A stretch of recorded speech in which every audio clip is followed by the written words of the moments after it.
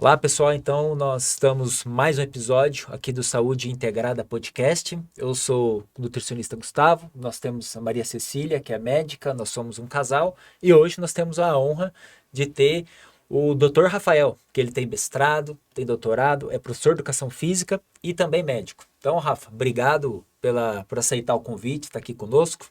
Imagina, o prazer é meu. Vamos discutir ciência e prática aqui hoje, Gustavo. Bacana demais, né? Nosso tem um tema que a gente escolheu, um tema que todos têm a afinidade, que trabalhamos o dia todo mexendo com isso, avaliando, que é a questão de hormônios, né? Então, não necessariamente nós vamos falar que vocês têm que sair injetando, usando hormônios. Também vamos dar uma pincelada nisso, mas também entender o que serve o hormônio, né? Para que o hormônio é o quê? Como ele age? Ele é bom para a parte de estética? É bom para a parte muscular? É bom para que ele ajuda no nosso dia a dia? Então é mais ou menos isso. E eu acho que a gente pode começar primeiro falando um pouquinho até da parte relacionada um pouco mais à nossa, né? Que seria aí nutrição, exercício e porque o que a gente vê, né? O homem em específico, Rafa, o que a pessoa tem? Ele começa a fazer um programa de exercício, ele entrou numa musculação, o que a pessoa deseja? Em especial o homem e a mulher. Eu quero, se a gente for perguntar, o que você deseja? Todo mundo quer ganhar massa muscular e perder gordura. E para isso, ele já quer fazer um check-up ao médico, e aí vocês estão aqui para isso, pensando nessa característica, que é o que todo mundo procura no dia a dia. Quais hormônios você vê que são importantes, assim, pelo menos fazer um rastreio, monitorar, uma pessoa normal, né? Não vamos entrar ainda na condição de doença, mas uma pessoa que busca aí esse ganho de massa muscular. O que você vê, assim? Bom, eu vou começar com a minha realidade, com a minha prática, e a doutora vai complementar com a dela e a gente vai trocando algumas figurinhas. Certo. Dentro da parte da medicina do esporte, da nutrologia, Gustavo, eu procurei um caminho mais integrativo, né? Dentro da medicina, isso não é uma especialidade, ninguém é médico integrativo, Sim. mas ele busca um formato, uma metodologia daquele trabalho, de entender a pessoa como um todo, não como uma mão, não como uma cabeça, tudo separadinho, mas como um todo. Então, dentro desse screening, a gente acaba acompanhando os hormônios gerais. A gente quer saber, eu atendo adultos, não trabalho com crianças, gestantes, meu público é o adulto, de preferência o adulto mais velho. Legal. Então, nesse público, a gente tem várias alterações. Mulheres menopausadas, eu quero entender como estão aqueles hormônios sexuais. Então, eu peço estradiol, a progesterona ela vem junto, testosterona. No caso do homem, nem precisa dizer que essa baixa da testosterona, ela causa um impacto muito grande, então é um dos hormônios que eu acabo investigando. Cortisol e toda aquela classe que está ali relacionada à parte do cansaço, que é outro mal e um dos objetivos que mais me procuram, o tal do cansaço crônico. Então, quando a gente vai avaliar ali alguns componentes, inclusive o cortisol está todo alterado. Então, hormônio, eu costumo dizer que ele tem que estar regulado assim como tudo na vida. Assim como sua vitamina, assim como seu mineral, o seu hormônio também tem que estar. Legal. Rafa, só voltando um pouco na sua trajetória, você é educador físico, né? E como que surgiu a ideia de fazer a medicina, baseado no que você sentiu essa necessidade? Você conta um pouquinho pra gente sobre isso? Claro. Isso surgiu de uma necessidade que o meu campo de prolongamento acadêmico ele se fechou, né? Eu fiz educação física, depois eu fiz especialização, tudo uma coisa em cima da outra. Vim com mestrado, vim com doutorado, fui para a Europa. E o que o Rafael vai fazer mais? Diferente de alguns colegas, eu não fui só para a parte de pesquisa. Eu quis focar muito na parte prática. Então, eu era personal trainer na época e já tinha crescido tudo que podia. Assim, já era o que ganhava melhor na cidade. E aquele desafio, ele ficou limitado. E eu sou movido a desafios. Gosto de estar sempre sendo desafiado para crescer. Eu acho que esse seria mais ou menos o o chavão, né? O Seu crescimento do leque de Rafael. atuação, você sentia que precisava disso. Aumentar, exatamente. Uhum. Foi aí que partiu a necessidade da medicina. E hoje em dia você trabalha com os dois tipos de atendimento? Como que Eu é utilizo exatamente? tudo que eu Mas aprendi, não como personal no dia a dia, né? não Você como atua mais como, personal. vamos colocar, como médico ou em Isso, ambulatório e na clínica do que lá exato. dentro da Com academia conhecimento prescrevendo prévio. um treino, né? Exato. Tudo que eu aprendi, por exemplo, em avaliação fisiológica para exercício, o que eu aprendi sobre prescrição, eu aplico na minha prática. Não mais como personal, como o Gustavo falou, mas todo aquele conhecimento ele está ali envolvido em alguma etapa do meu processo. Às vezes a gente tem um personal que acompanha o paciente e às vezes não. Quando não tem, Rafa, eu você tá com a direciono. coordenação também de curso de especialização ou não? Não, Eu falo isso isso porque eu já dei aula até na sua Pô, pós, né? 4, 3 anos atrás, não me recordo, mas agora não, né? Isso eu tive que abrir mão de algumas coisas. Então, a pós-graduação, a coordenação foi uma delas. Mas continuo ainda me segurando no mestrado e no Na doutorado. orientação, né? Isso, ainda estou orientando alguns alunos. Tá bom, mas assim, eu vou só retomar um pouco sobre a parte de hormônios e o que as pessoas sempre me perguntam agora como nutricionista, eu queria ver um pouco a visão de vocês, é assim, a pessoa chega e fala assim, mas Gustavo, eu preciso investigar a minha testosterona, só que as pessoas confundem hoje, né? O que é uma avaliação de testosterona? Porque tem testosterona livre, total, qual é essa diferença, assim, para situar o pessoal que está nos assistindo? Quer falar? Pode ficar à vontade. Basicamente, Gustavo, testosterona total é tudo que a gente tem das frações da testo, que são, por exemplo, as frações conjugadas com proteínas, por exemplo, junto à albumina, junto à SHBG, e a proteína, o hormônio livre. Então, o conjunto delas vai me dar um total, que é a testosterona total. E fora a testosterona total, eu tenho a partícula livre. Essa partícula livre, ela é livre, inclusive, para agir.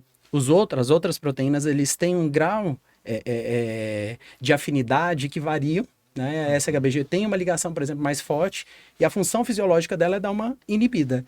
Então, no todo, é interessante para a gente entender como que está o nível de fração, por exemplo, de SHBG, não só do homem. Exemplo, mulheres que usam anticoncepcional, que apresentam um nível de SHBG muito alto, isso vai impactar a vida negativamente. Ela vai ter algum problema em relação à ação da testosterona. Mulher já não tem testo alta, imagina, se quem inibe aquela testo, que é essa SHBG, estiver altíssima, ela não vai ter a ação acontecendo da maneira que deve. E aí os sintomas disso, quais seriam para as mulheres? Todos os sintomas que a testo baixa causa. Uma delas é a baixa libido. Cansaço, Fadiga. ou às vezes aquela mulher que vai lá, malha, malha, malha e não tem resultado. Aí ela consegue começa a ganhar. falar mal do Exatamente. nutricionista porque ainda não prescreveu Exatamente. suplemento. Do professor de educação física porque acho que o treino dele é ruim. Exatamente isso, exatamente isso. E às vezes a gente, usando só a manobra de redução da SHBG, a gente já tem um resultado interessante com a paciente. Não precisa nem fazer manobra hormonal, com hormônio propriamente dito. Só uma manobra de redução, a gente já consegue que ela essa tenha... melhora Exatamente. no dia a dia. Interessante. Na parte, se a gente for sair dessa parte, já que comecei a falar de testosterona, for pro lado da doença. Se for pro lado, primeiro, da oncologia, paciente com câncer. Testosterona, nem sempre, nós tentamos deixar ela, fazer com que ela aumente, né? Na verdade, assim, na parte oncológica, precisa ponderar exatamente qual que é o problema do paciente. Porque existem alguns tumores que, infelizmente, eles estão linkados ao estímulo hormonal. Então, assim, se a gente está falando câncer de próstata, que é onde a gente mais... Parte do tratamento é justamente bloquear a testosterona. Por quê? Eu brinco com os pacientes, é como se o alimento do câncer fosse a testosterona. E aí, assim, às vezes o paciente chega no consultório com tanto medo de fazer químio e tudo mais, mas o tratamento hormonal, o impacto que isso tem na qualidade de vida dele é gigante. Então, assim, e infelizmente, se o paciente ele tem um alto risco de recidiva, teve o câncer de próstata, precisou fazer cirurgia ou a radioterapia, e precisa complementar o tratamento com hormônio, ou ele já tem a metástase, infelizmente a gente tem que fazer o tratamento com um bloqueio e tentar vencer os desafios que esse impacto causa nele. Então, é através de estímulo de atividade física e tudo mais. Porque se nesse paciente específico que tem um alto risco, Não você pode. está fazendo um tratamento justamente para bloquear, a gente for fazer o estímulo, infelizmente vai aumentar a chance. E até O uma que a gente não pergunta. pode é extrapolar para todos os pacientes e falar que todo paciente que tem câncer não pode ter o bloqueio, Que não é verdade. a Pode. reposição hormonal. Isso daí é um mito. Um paciente que teve um câncer de cólon, que está em tratamento restritivo, Também de desnutre quimioterápico, muito, que não pode tem absorção causar adequada de nutrientes. sarcopenia. Nesses casos em que não há um risco de você desencadear através do hormônio um crescimento tumoral, esse paciente ele pode receber sim. Então, assim, acho que é fundamental o oncologista ter a conversa com o paciente de quem pode receber, como ele vai receber esse hormônio e ter justamente um profissional capacitado para também direcionar. E tem interessante também que o pessoal vive perguntando quando fala de hormônio, é que assim, vou falar uma coisa bem mais simples, que é todo hormônio para funcionar, ele precisa do receptor. O hormônio não funciona sem receptor. Então, normalmente, assim, um paciente, uma pessoa normal, não necessariamente ela tem a doença. Primeiro, né, ele tem que ter o receptor funcionando e ele tem que ter a quantidade do hormônio circulante de maneira adequada para o hormônio desempenhar aquela função. Até porque se a gente sair da parte da testosterona, né, que às vezes as pessoas comentam conosco, eu tenho algum problema na tireoide, né, eu tenho problema na tireoide, ou até algumas pessoas falam, eu tenho minha tireoide, eu não tenho tireoide, né, então às vezes não é essa questão, né, que ela não tem, ela tem, mas não necessariamente ela funciona. O que a gente pode ajudar o pessoal para falar hoje da tireoide, né? Que todo mundo conhece. Meu T3 está baixo, então o T3 está baixo, eu tenho metabolismo lento, viu, doutor? Então é por isso que eu estou ganhando peso, tá bom? Então eles já chegam falando isso no consultório, né? E quais são esses hormônios, assim, da tireoide que a gente pode avaliar no dia a dia? Assim, só puxando um pouquinho a sua fala para texto, ainda só para a gente complementar, que é legal as pessoas entenderem, receptor é tudo, né? Hormônio, ele é hormônio porque ele tem um receptor específico para aquele hormônio, para uma ação específica naquele tecido. Quando eu não tenho uma ação adequada desse receptor, ou seja, ele não recebe, ele está bloqueado, eu não vou ter o efeito exatamente do que está sendo proposto.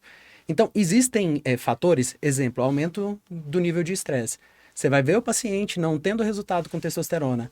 Porque é exatamente o que você falou, Gustavo. Eu estou tendo que aumentar e não de organizar a casa para que esse receptor seja mais acessível, exatamente, seja mais funcionante. E a gente tem terapias para isso, né? Por exemplo, a parte do cortisol alto, o estresse, não adianta. Quem tem estresse alto, a libido vai ficar limitada. Ou o cara tá muito inflamado, né? Exatamente, inflamação. Voltei dos Estados Unidos agora, mês passado. E o que falaram disso foi incrível. A inflamação, ela é literalmente o mal do século.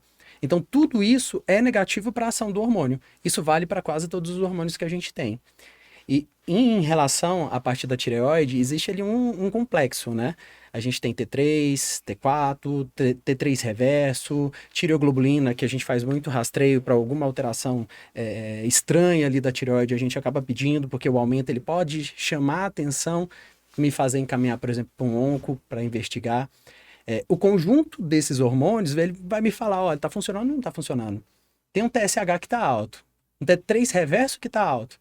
Opa, T3 reverso alto, tem alguma coisa, não está funcionando, deixa eu ver aqui. Então, a gente consegue fazer alguns ajustes em cima dessa diferença entre os hormônios pesquisados. E se a gente for falar assim, dos hormônios de novo da tireoide, né? Continuando. Qual que é a repercussão mais comum de alteração dos hormônios da tireoide que a pessoa tem? Além do que todo mundo já sabe. Eu tenho metabolismo lento. Quais outras repercussões que podem ocorrer?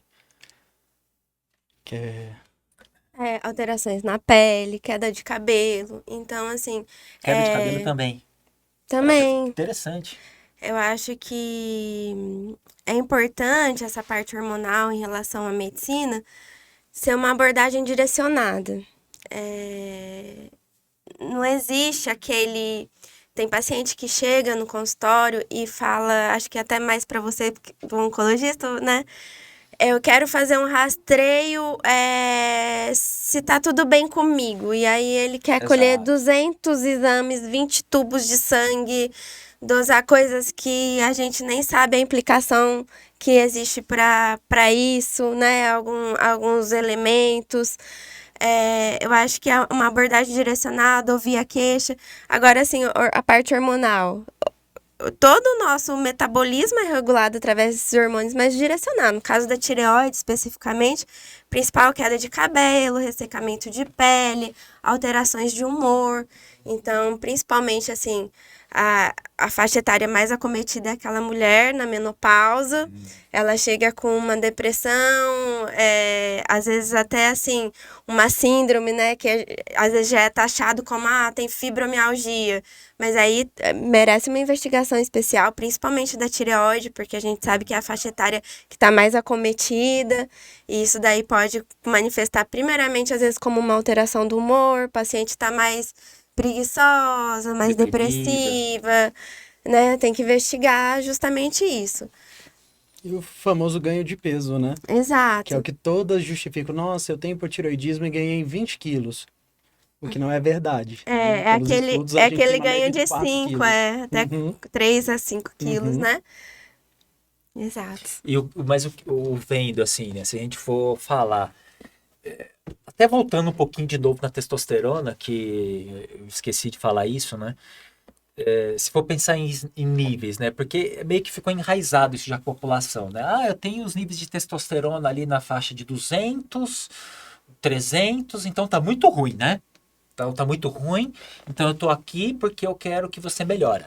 Tô falando isso porque já chegaram pessoas falando isso pra mim. E pra vocês, assim, como que é esse tipo de... Tá, então a pessoa chegou já falando isso. Ó, eu marquei consulta e eu fui lá no... Já tenho esse exame e tá aqui. Qual que é a conduta? Bom, Gustavão, dentro da nutrologia, a gente considera, inclusive dentro da própria URO, tá? Abaixo de 240, isso é hipogonadismo. Então, é não condizente até na medicina tradicional. Eu vou dividir a medicina aqui em tradicional e integrativa, só para a gente fazer um rompimento do que é consenso, que um grupo segue Que e o se usa que... ou não? Exato. Na Nutro, a gente já tem uma orientação um pouco diferente. A gente gosta de ter níveis mais elevados mesmo. Então, baseado, por exemplo, se o paciente já está com 300, 300 e pouquinho, a gente eleva essa texto. Porque a texto, ela vai impactar negativamente. Lembrando que exame, seja ele qual for, é curva de Gauss. Exato. Né? E isso, colocando Exato. uma população inteira dentro daquele processo, vai ser limites muito imprecisos. Né? Por exemplo, 800 Brasil, 1.200 Estados Unidos. Então, essas coisas devem ser levadas em consideração na hora de olhar para o paciente, entender a clínica dele, porque a clínica dele pode estar grosseira, tendo ali 300 de texto.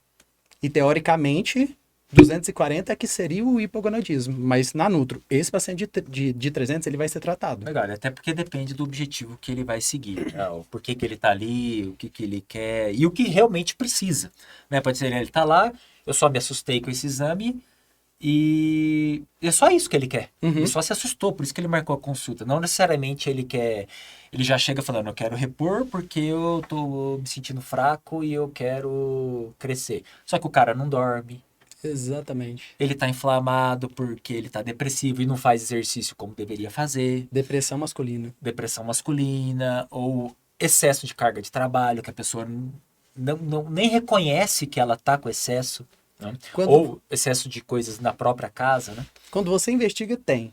Um paciente com 300, 200 e pouco, Tem um histórico desse, né? Ele tem. Pode ser que ele se adaptou negativamente ao processo, vida muito corrida, não viu as Vai coisas levando 1, 2 acontecendo, anos. namora uma vez a cada 3 meses e acha que isso é normal. Isso não é normal, né? O normal do homem é ter as suas ereções matinais, e isso é sinal de texto boa, né? De texto ali agindo. O homem, à medida que vai perdendo, e esse é um dos pontos, né? Tem vários que a gente analisa. Ele perdendo essa alteração, opa, já tem que ficar ligado. Essa texto aí provavelmente deve estar baixando. Legal. Eu não sei se tem alguma coisa para contribuir no sentido agora, até se a gente for, eu tô levando pro lado, né, da testosterona, foi pro lado dos hormônios da tireoide, porque é o que a população mais pergunta. Mulher que tem muita dúvida, viu? Mulher e testosterona. É. Quando a gente vai para esse assunto, nossa, até no consultório, Sim. saiu um estudo muito legal mostrando que mulheres de 20 e de 40 anos têm uma redução de 50% da testo endógena. Então, isso, daqui a um tempo, entrando em menopausa, porque a média de idade da mulher menopausada no Brasil, de menopausa, é 48 anos, que vai cair ainda mais, imagina como que não vai ser o declínio desse hormônio na vida daquela mulher. Então, as queixas, né, dessa hipofunção da testo, elas são muito expressivas a partir de 40 anos ali na vida Então, da é mulher. legal isso que você está falando, porque eu até cheguei a fazer um vídeo no meu canal, e o vídeo era assim, testosterona feminina. Teve uma mulher que me mandou perguntando assim, existe testosterona feminina?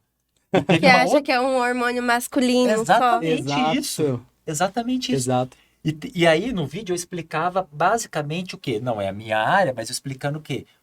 Os sintomas que a mulher tem com testosterona baixa. Foi essa a ideia do vídeo. Uhum. Agora vai ter produção de outros vídeos para explicar como pode modular ou não. Só que uma outra pergunta interessante, que eu até gostaria que você explicasse, porque eu não tenho explicação, que era assim, mas Gustavo, e eu que sou jovem, tem quase, acho que 28 ou 30 anos a pessoa tinha, e não tem esses sintomas, mas a minha testosterona está baixa. Mulher? Mulher. Para Que começar, impacto isso tem? Ou ainda não tem? quer comentar? Se ela não tem sintoma, então ela não tem uma patologia que precisa tratar. Exato. A gente não vai tratar um exame, um papel. Vai tratar o paciente, né? Legal. Então, assim, se não é uma queixa que faça sentido, não tem função nenhuma repor um Sem um hormônio. sintoma clínico, Sem- isso quer dizer, sem não o teria, sintoma. né, um exame isoladamente não vai responder não vai Sim. determinar uma conduta Sim, médica. aquele velho ditado, né? A clínica é soberana. Uhum. Por isso que a gente precisa ponderar exatamente qual é a queixa do paciente, o que um resultado alterado está implicando na vida dele e se tem benefício de fazer um tratamento medicamentoso baseado nessa alteração. E não simplesmente por uma baixa, mesmo porque o laboratório pode errar, né? Um teste ali pode estar um aparelho descalibrado e aí você levar isso como uma implicação E um exame isolado, e um né? exame isolado aí é o perigo de um leigo, né, ou uma pessoa que não esteja capacitada para avaliar. Eu sempre falo, pode ver seus exames, abre, o exame é do paciente, Até porque ele acessa. mas cuidado ao interpretar. Ao interpretar, precisa ter uma orientação médica, nutricional, algum profissional capacitado na área. E o exame de testosterona, especificamente para mulher, é um exame ruim. É um ensaio ruim para identificação de baixos níveis. Então, ele não é muito preciso, porque a mulher já tem níveis mais baixos, né? Não tem testículo, Exato, não é exato. produtora, então sempre vai ser mais baixo. Agora, aquele nível para a gente, às vezes fica muito truncado, por não ser um ensaio interessante. E a gente até. E se sair assim dessa parte? Vamos parar de falar disso, né? Parar de falar de testosterona. Se a gente for para outros hormônios, assim, o que vocês veem assim, da mulher? Ó, na mulher tá ali com 40 anos, 50 anos. O que é típico ver encontrar de alteração? Falando de hormônios sexuais, não dá muito para fugir da texto, viu? Não, claro, eu imagino, por isso que eu comecei com ela. A parte dos hormônios sexuais, elas se alteram muito, ainda mais nessa caminhada, nessa jornada. Começando com o declínio. Exatamente, para o fim do funcionamento ali dos ovários. Essa vida útil dos ovários, ela vai limitar também uma produção hormonal interessante e isso vai impactar a vida da mulher como um todo. Por isso que eu sou um defensor da terapia de reposição hormonal. Sou de carteirinha, de levantar a bandeira. Existiu na história da produção científica nessa área alguns estudos que foram mal conduzidos, que geraram interpretações e falaram que a terapia de reposição hormonal vai dar câncer. Aí a mulherada retrocedeu isso há décadas atrás. E hoje a gente ainda tem colegas que usam aqueles estudos para referencial hoje. Saiu um estudo agora esse ano, Gustavo, mostrando, por exemplo, que progestina, que mulher usa como anticoncepcional, tem sido relacionada a câncer. Então, isso tem que ter muito cuidado, principalmente para nós que lidamos diretamente com a prescrição, porque você Quem é separar que o não- joio Quem é? exatamente É quem igual o é. estudo da losartana 2 anos atrás. Exato. Lembra disso? O estudo da Lembro. losartana que aumenta risco de câncer. Peraí. Como é feito, em Como qual é feito o estudo? população, Qual né? população, né? Exatamente. Acho que saber separar. Como que você faz, geralmente, para indicar ou não essa parte da paciente que tem o receio de ter o câncer, a investigação disso, como que é, Rafa? A gente segue todo aquele direcionamento, né, que tem nas diretrizes da gineco, da ginecologia, onde existem sinais, sintomas e história que vai ser positiva e aumentar o risco daquela paciente, que é uma tabela de risco, basicamente, para o uso de hormônios. E não são para todos os hormônios, por exemplo. É mais para estradiol. Por exemplo, o paciente, ela teve a mãe e teve a irmã. Opa, Como assim, né? Você vai... exatamente. Quem é o irresponsável que vai utilizar, né, uma dose muito alta? Mulher está sofrendo demais. O gineco vai, provavelmente, ou o médico que está acompanhando, vai negociar alguma coisa, ou um nutracêutico, que vai ter alguma ação, ou uma dosezinha muito baixa do estradiol ali. Lembrando que a gente tem estradiol, né, dentro da gente, tem testosterona, tem progesterona. E existem moléculas hoje que são muito semelhantes, que a gente tem menos medo do que essas progestinas. Mas ainda assim, não é para uso liberado. A gente tem direcionamentos. Então, uma consulta prévia, entender se a pessoa ali realmente precisa fazer o uso daqueles hormônios. E, embora eu tenha estudado muito isso, e nesse congresso foi uma pessoa que trabalha com reposição hormonal. Esse congresso, agora nos Estados Unidos, nesse mês passado. E ela comentou, você trata só o paciente que tem o sintoma, que aqui no Brasil a gente usa baseado em sintomas. Se o paciente ele é sintomático, ressecamento vaginal, libido baixa, energia baixa, labilidade emocional, ressecamento de pele, ondas de calor, né, são os fogachos. Isso acaba com a vida, com a qualidade de vida da mulher. Tem que usar mesmo, senão a mulher entra numa depressão. Isso é indicativo de você fazer a TRH nela. Mas não quer dizer que a falta do hormônio não vai impactar em outros pontos. E eu achei isso fantástico. E evidenciaram, né, durante a palestra, os pontos que são impactados. Estradiol, por exemplo, ele tem ligação direta com a serotonina. Então, a mulher sem estradiol, ele vai ter uma mediação ali da serotonina menor do que o resto da população. Então, mesmo para quem não tem sintoma e não tiver aqueles indicativos negativos, né, história de trombose, lúpus, ela se beneficiaria da reposição desses hormônios. Só ficar realmente atento às contraindicações em relação à parte oncológica, as pacientes que possam ter alguma síndrome genética, né, alguma alteração genética específica, e aqui principalmente mutações do gene BRCA1 e 2, que predispõem, entre outros tipos de câncer, mama e ovário, que são os principais hormônios relacionados. Então, realmente, se ela tiver uma predisposição e for fazer a reposição hormonal, a chance aumenta muito. Mas então, pensando nesse nesse perfil de paciente. Primeiro, o adequado é eu ver o quê? Histórico na família, seguido do quê?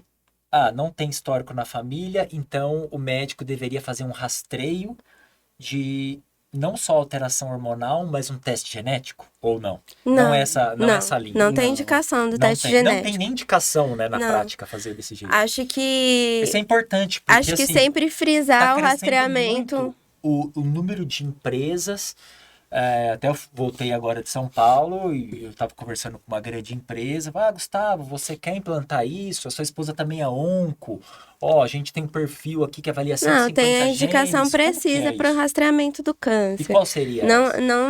Não é relacionada a você fazer ou não a reposição hormonal, porque não vai dar as respostas que você precisa de segurança, Legal. né? É juntar todas as informações que você tem relacionadas, história familiar Positiva, por importantíssima, exemplo, né? é um dos pontos que a gente indica. E acho que taxativamente. depois, uma vez que você vai implantar a reposição hormonal, pegar no pé da paciente se ela está fazendo rastreamento preconizado anualmente. É a mamografia anualmente, não é aquela paciente que, Esqueci. a cada 2 anos, a cada 3 anos, e daí pode impactar em diagnóstico tardio, né?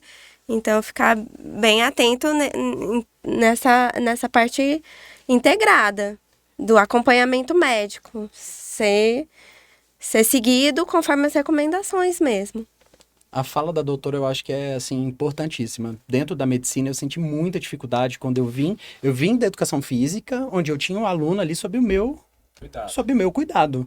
O aluno estava comigo 5 dias na semana, então eu estava gerindo ali, estava tratando ele dentro da parte do exercício e eu estava vendo o que estava acontecendo, a evolução.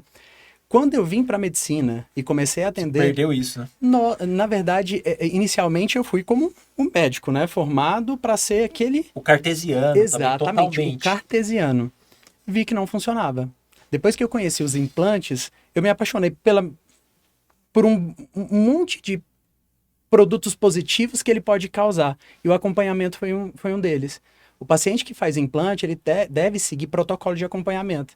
Então, ele faz exame em 2 meses, 6 meses eu vejo ele. Tem implantes hormonais, por exemplo, estradiol, testosterona, progesterona. A gente tem NADH, gestrinona para pacientes que têm doenças, por exemplo, estrogênio dependentes. É maravilhoso.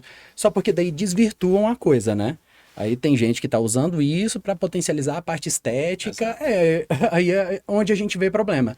Que é para usar com X e está usando 10X. Você vai ter colateral. Aí a culpa vai ser de um produto, do implante, que na verdade não é. Isso é da conduta de quem está fazendo assim. E aí começa a colocar nome, né? Igual gestrinona, o chip da beleza, Exato. que ganhou o nome, aí vai por um lado que até alguns colegas da área da saúde, né? Então, levou para esse nome, então eu faço isso, então você está levando para o lado do charlatanismo da medicina. O outro, não, mas você não está tratando isso, você não está levando para o lado puramente vamos colocar assim, só da estética, mas também da saúde Sim. dela, né? Se sentir menos fadigada, tá mais feliz no dia a dia, com qualidade de vida, e aí vai, né? Não tem como você tirar os benefícios estéticos, funcionais daquele hormônio.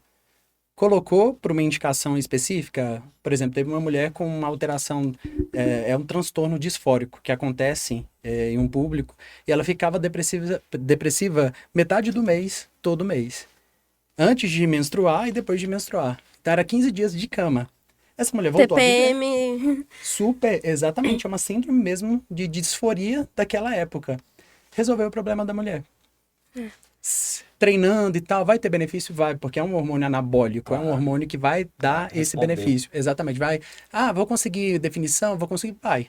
Agora, fulana colocou o hormônio, vi ontem, estava respondendo no Instagram, uma paciente mandou, uma famosa do BBB, que encheu a cara de espinha, falou que ganhou 10 quilos. O hormônio não faz isso. Nenhum tipo de hormônio vai te engordar, você engordou porque você comeu. Ele pode reter um pouco de líquido, mas a gente está falando de 1 litro, 1,5 litro ali. Vai pesar pouco na balança. Sim. É porque aumentou ali o metabolismo, provavelmente comeu mais, né? Ele engordou por causa disso. Agora, o efeito na acne, com certeza foi uma dose cavalar. Que, infelizmente, a gente está vendo muito isso na Cabelo medicina. também, né? Cai demais. Quando é altíssimas doses, a gente vê queda, assim, absurda. E fora a disfunção, não, de novo, não é da minha área, mas só para o público entender, o tanto de disfunção cardíaca, né, do coração que pode evoluir com o tratamento errado, né? A gente vê muito isso na parte de fisiculturista que não faz acompanhamento. Tem até um colega nosso da faculdade que foi diagnosticado com insuficiência cardíaca. Aí eu falei, mas deixa eu dar uma olhada nisso. Foi investigar. É um monte de droga que colega acaba adicionando, principalmente underground, que é algo que a gente nem deveria pensar ou cogitar, né? Isso não é correto. Porque agora você tem o CRM, tem receita controlada, não é problema você prescrever, né? Exato. E aí acaba usando. O CFM agora tá Sim. apertando o cerco.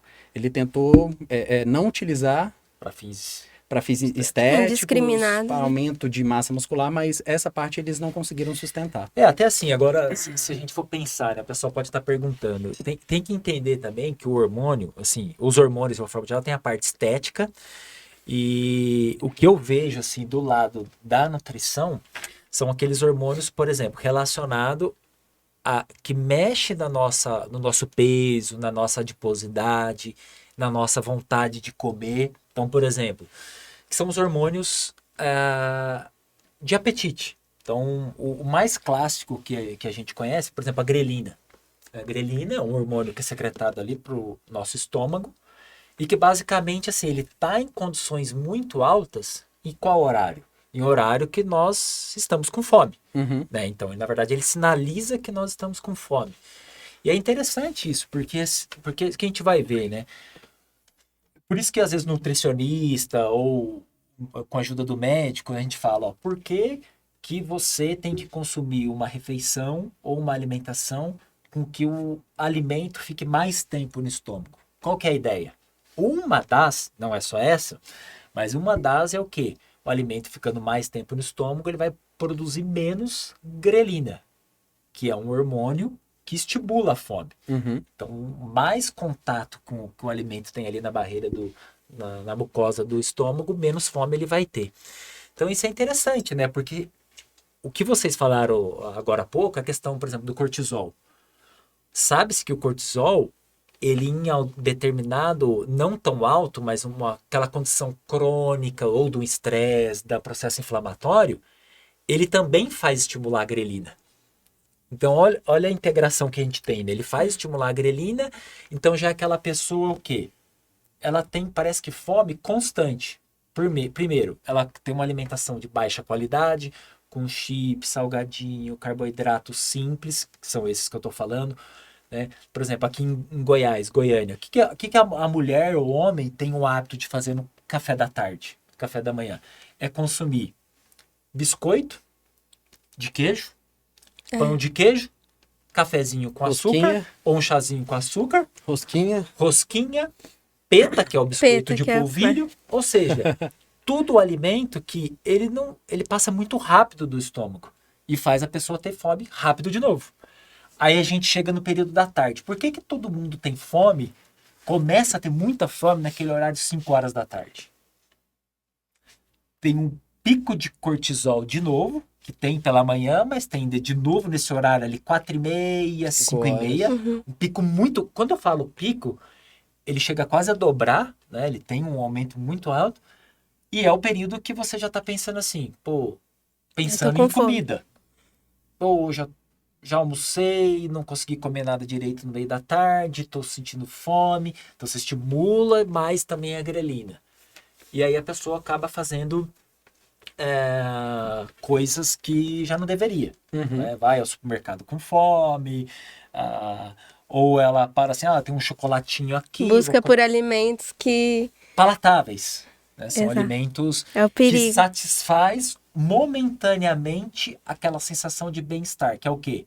O Rafa falou da serotonina, a gente não entrou muito no assunto, mas o quê? Então esses alimentos palatáveis, uma paçoquinha, um chocolate, então ele tem aquela liberação momentânea da serotonina, que ela também dá o pico e dá a sensação de bem-estar e depois cai com tudo. Isso é o problema, né, do dia a dia. Então o hormônio, ele tem os hormônios, de uma forma geral, ele tem esse potencial, né? Ele dá pico, cai muito rápido. E aí é onde a pessoa acaba que vai ganhando peso. Tem outros hormônios, né, que a gente poderia falar, eu vou deixar vocês comentarem muito melhor do que eu. Por exemplo, hoje a gente fala muito do GLP-1, que é o hormônio liberado também ali no intestino e é utilizado, né, o próprio medicamento hoje agora, a liraglutida, que é muito famosa aí, que muita gente está usando. E o que vocês têm a dizer sobre isso? Assim, da parte médica, então hormônios, né, no caso, que ajuda a secretar mais GLP-1, que é um hormônio que faz duas coisas, né? Primeiro, ajuda a melhorar até a captação de insulina, ajudar a liberar um pouquinho mais de insulina, só que também é um hormônio que tem ação aqui central no hipotálamo, né, que ele vai lá, chega aqui na nossa cuca e faz assim, ó, reduz, ou para de comer e a pessoa começa a emagrecer. Só que tem efeitos deletérios, né? Tem... O que vocês têm a dizer nessa parte, assim, do GLP-1, de drogas que modulam esses hormônios, que impacto que isso tem? São drogas promissoras. Eu li basicamente todos os ensaios clínicos relacionados à liraglutida, semaglutida. Foi um cuidado que eu tive quando eu vim para medicina. Quando eu entrei, Gustavo, dentro da área do emagrecimento, da hipertrofia, é tudo muito limitado. Então, que eu soubesse 100% do que tinha ali sobre o assunto. Então, eu acabei lendo tudo. De evidência, né? Exato, trabalhando com a evidência. Inclusive, uma coisa que as pessoas não imaginam, né? Falam muito mal de oxandrolona, até gente dentro da própria medicina, que é um tipo de hormônio anabólico. Tem o mesmo número de ensaios clínicos de uma semaglutida. Agora, por que que a gente não utiliza mais a oxa? É uma questão muito provavelmente por trás dos bastidores. Não é algo rentável. E também da indústria, isso que eu falo, da indústria farmacêutica. Exatamente, tem alguma coisa por trás aí que veta, porque é um hormônio de característica muito positiva, o nível de colaterais, de adversos são bem baixos e uma droga interessantíssima em N casos, cansaço, até para a parte da hipertrofia ele dá uma potencializada, na parte estética, fora falar que ele é utilizado em grandes queimados, em pacientes com caquexia, então é uma droga mega promissora, mas infelizmente tem coisas aí que a gente não sabe bem o porquê não, né? E na parte específica dos análogos do GLP-1, são drogas mega promissoras, né? Foi aprovado nos Estados Unidos um inibidor duplo, triplo, que vai, assim, revolucionar. Está sendo comparado, por exemplo, a resultados de bariátrica. Então, são drogas promissoras. Mas, infelizmente, aqui no Brasil tudo se vulgariza. Ontem eu estive na farmácia e estava conversando com a atendente, ela falou, não, chegou Ozempic, teve uma pessoa que veio aqui e comprou 10. Um Ozempic é R$ 1.100. Porque tá com medo de acabar ou porque quer direcionar. Aconteceu isso. E o medo, né? O que eu penso que acontece, assim, pra maioria das pessoas, elas querem um método fácil de chegar num resultado rápido. Sem muito esforço. E pra gente entender como funciona essa questão de saúde, no geral, é o físico, é o emocional. Não adianta você querer emagrecer só tomando um remédio se você não tiver atividade física, se você não tiver a parte psicológica por trás. Eu acho que quando um paciente te procura visando emagrecer, acho que você tem que abrir mão de tudo isso na orientação, né? Porque justamente você pegar uma vertente e achar que tem um caminho curto para resolver todos os problemas, isso aí vai falhar, em algum momento vai falhar, né?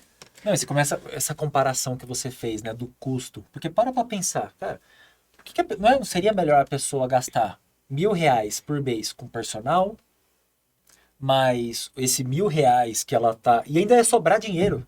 R$ 1.000 para comprar adequação alimentar, uma marmita e um suplemento, possivelmente, se for necessário. Regularizar a vitamina D, que na verdade eu acho que até a vitamina D é mais uma ação mais hormonal do que efetivamente ou outra coisa, né? Que ela age mais como hormônio do que não. E a pessoa não vê isso, né? A pessoa não faz nem necessariamente a conta matemática. Não é melhor eu ter uma consulta com um bom médico, pagar um personal? Não, mas o que é mais fácil? Eu entrar na farmácia... Eu usar a receita da amiga. A receita da amiga, fazer a reserva... Que não vai me faltar. Não vai, eu garantia, eu tenho, eu vou ter, e pronto. Só que ela vive mal, né? E a gente vai viver ainda, é muito recente, né? Os hormônios, eu lembro de estudar, de gostar do assunto em 2003, quando eu fiz minha primeira graduação. E tinha muito pouca coisa produzida, era muito limitado, né? Sempre foi um tabu. Hoje não, a gente tem um monte de produção em cima disso. E tudo veio mostrando, né? Que a gente que morreu, uso excessivo, muita coisa veio à tona. Vai ser a mesma coisa com esses outros hormônios. Então, os análogos de GLP-1 são promissores para pessoas específicas que precisam daquilo por um tempo específico. O que as pessoas estão fazendo é usando como bengala. Popularizando e... Eu tive paciente que tem indicação mesmo, que não achou. Ou seja, alguém magro Como? tá usando porque comprou daquela pessoa. E provavelmente sem indicação médica. Então, isso é muito complicado, porque para a gente usar um hormônio, uma medicação da classe de anti-obesidade, você tem alguns critérios ali para seguir, né? E a gente não vê isso.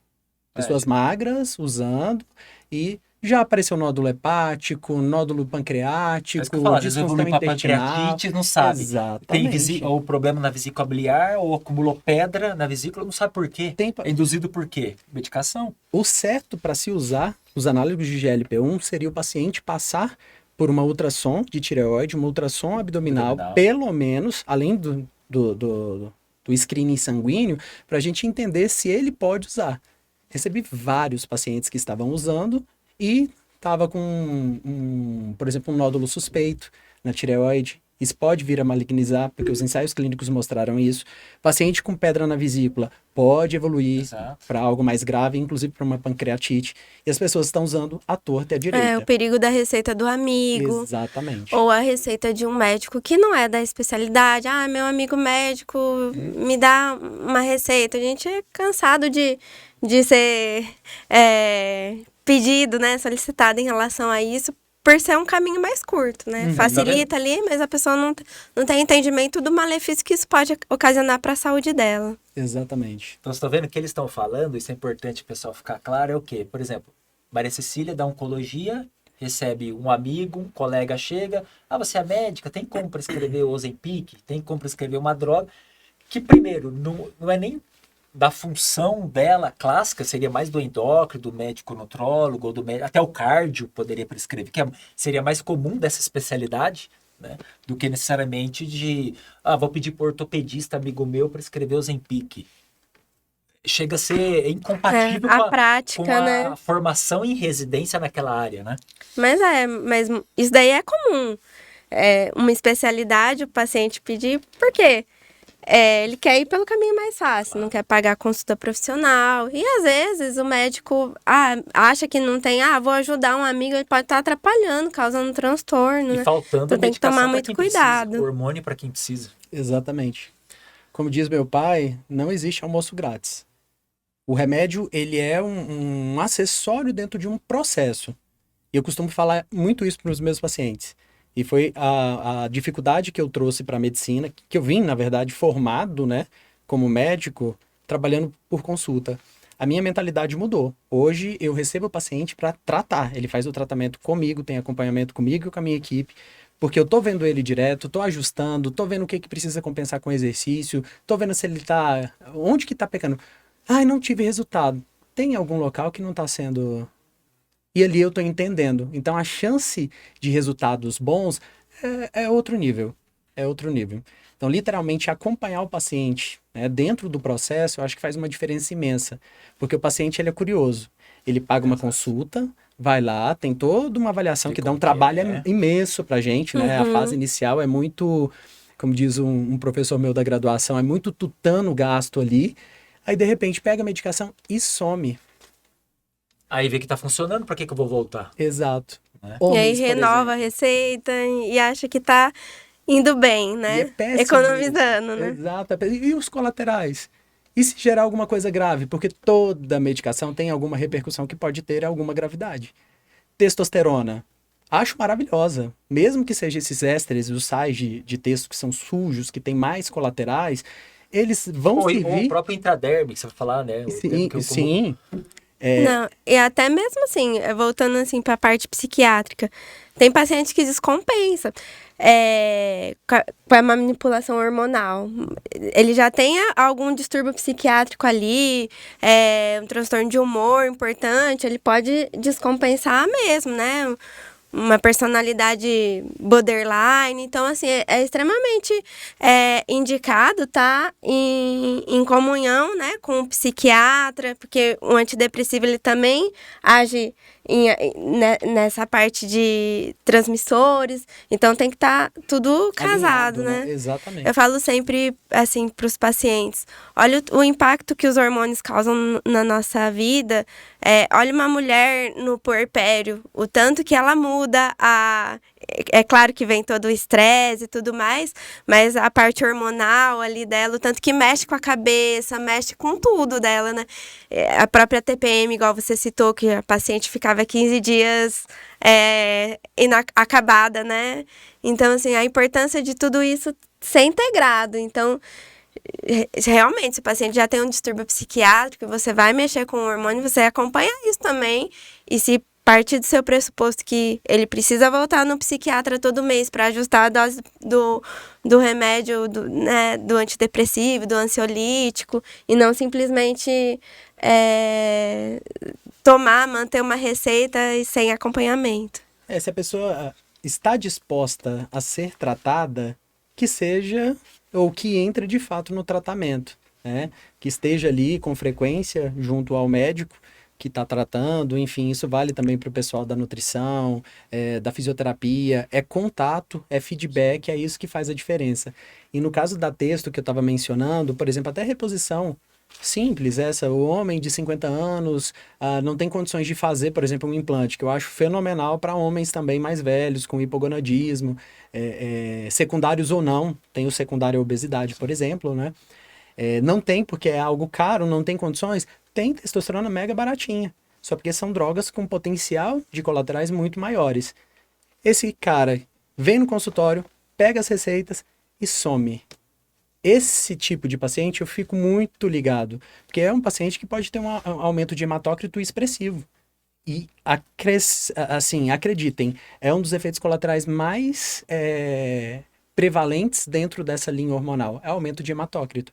Aí vem a ter um desenvolvimento de hipertensão, uma piora ali do tecido cardíaco, até algo mais grave mesmo, um coágulo, surge um COVID associado. É a receita monstra que a gente não quer. Pra ter uma trombose, né? Exatamente. E tudo uma sangria terapêutica poderia resolver. Mas o paciente ele não foi lá para ser tratado, ele foi lá para pegar a receita. Bom, muito bom. A gente dando essa pincelada com hormônios. Depois a gente vai até fazer futuros episódios também falando de... Tem outras coisas que modulam hormônios, né? Dentro da nutrição também, os nutracêuticos, polifenóis, tem alguns conhecidos. A gente vai ter oportunidade de falar sobre isso também. E, Rafa, como é que faz aí para te achar nas redes sociais, consultório? Bom, eu sou o Doutor Emagrecimento nas redes sociais, DR Emagrecimento, no Instagram e no TikTok. E eu fico à disposição. Sou meio enroladinho para responder, mas eu respondo, pessoal. Ela entra em contato com ele aí. Rafa é uma pessoa muito gente boa, a gente conhece há uns 5, 6 anos, mais ou menos. E Maria Cecília? Cecilia.onco. Tá no Instagram e logo aí nas redes sociais novas. Eu só faço nutricionista _Gustavo. E um grande abraço, né? Nos vemos em breve.